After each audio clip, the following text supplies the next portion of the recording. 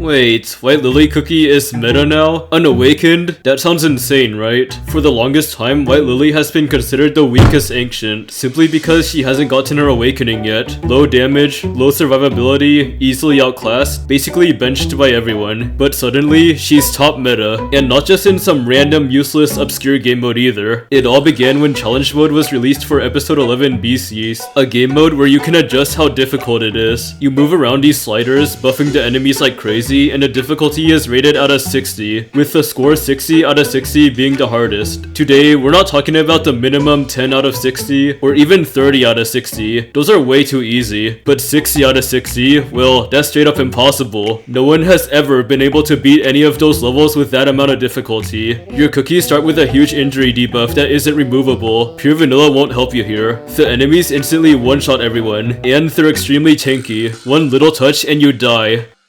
Well, all of a sudden a Korean beat it.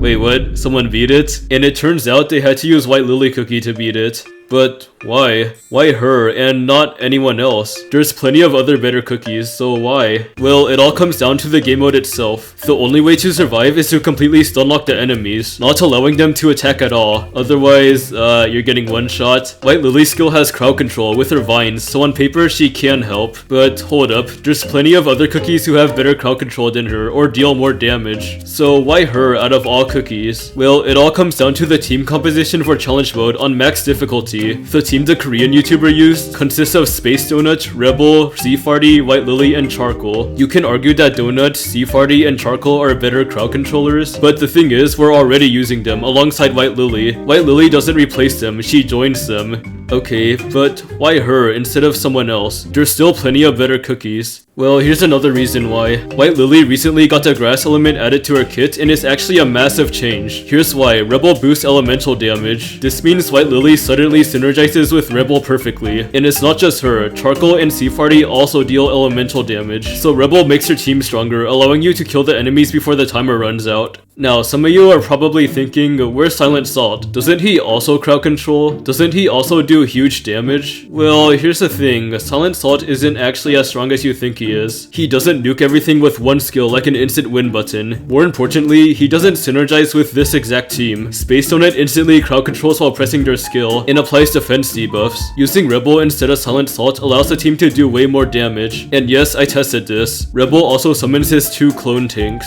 Seafarty and Charcoal provide insanely long crowd control chains. Silent Salt just doesn't fit into the lineup that well. Alright, now here's where I come in. My goal is to try to beat at least one challenge mode 60-60 stage as a free-to-play player. There's a slight problem though, or should I say a huge problem. In the Koreans video, they used a level 30 Seafarty jam, which makes her stun last a whole 3 seconds longer. Those 3 seconds are absolutely massive. However, my jam is only level 15, so I get 3 entire seconds less of breathing room. Dang it. This means challenge mode is way harder for me. Perhaps even impossible without the level 30 jam, but I wanted to try anyways to prove White Lily is meta. Let's head into level 1-11. So the first issue I ran into was a skill issue. I haven't played using intense skill timings for who knows how long, so it took me a while to warm up and get used to the team. The first few attempts went as expected. You gotta really become one with a team for this to work. After a while, I began to notice a few things. First, I always gotta spam Rebel since he doesn't crowd control. Next, Seafarty's skill consists of a wave and then a giant bubble. When the bubble shows up, that means her crowd control is about to end, so I press one of my other cookie skills. For Charcoal Cookie, he summons a tombstone. Visually, when the tombstone begins to fade away and disappear, I press another cookie skill. For White Lily and Space Donut, their crowd control lasts for about 2 seconds, so I press someone else's skill after that amount of time. For example, let's say Seafarty has 4 more seconds until she can use her skill. I use White Lily at 4 seconds left, and Space Donut at 2 or 1 seconds left. I learned all these little techniques by becoming one with the team, aka losing a billion times. But eventually, I'll beat the stage.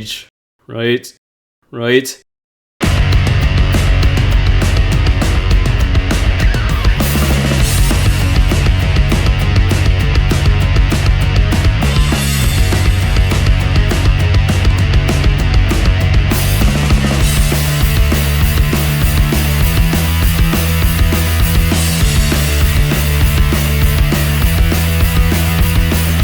Okay, that's it, I hate this stage. The second wave of enemies instantly one-shots everything, and the timing is so annoying that I don't feel like dealing with this. I'm moving on to stage 11 too, jeez. I'm tired of doing the same stage over and over. Maybe this one will be different.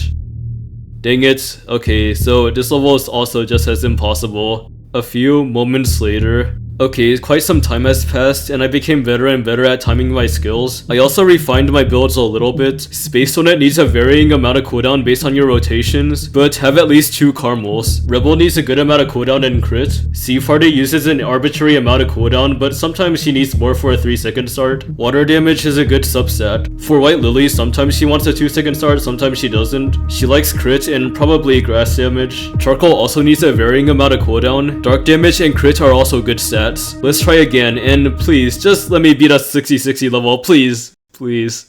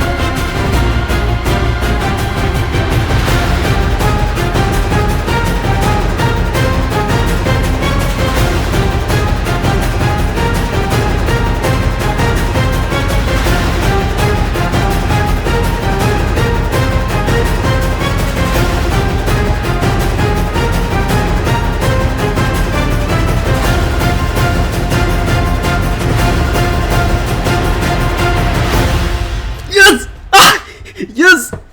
Oh my god.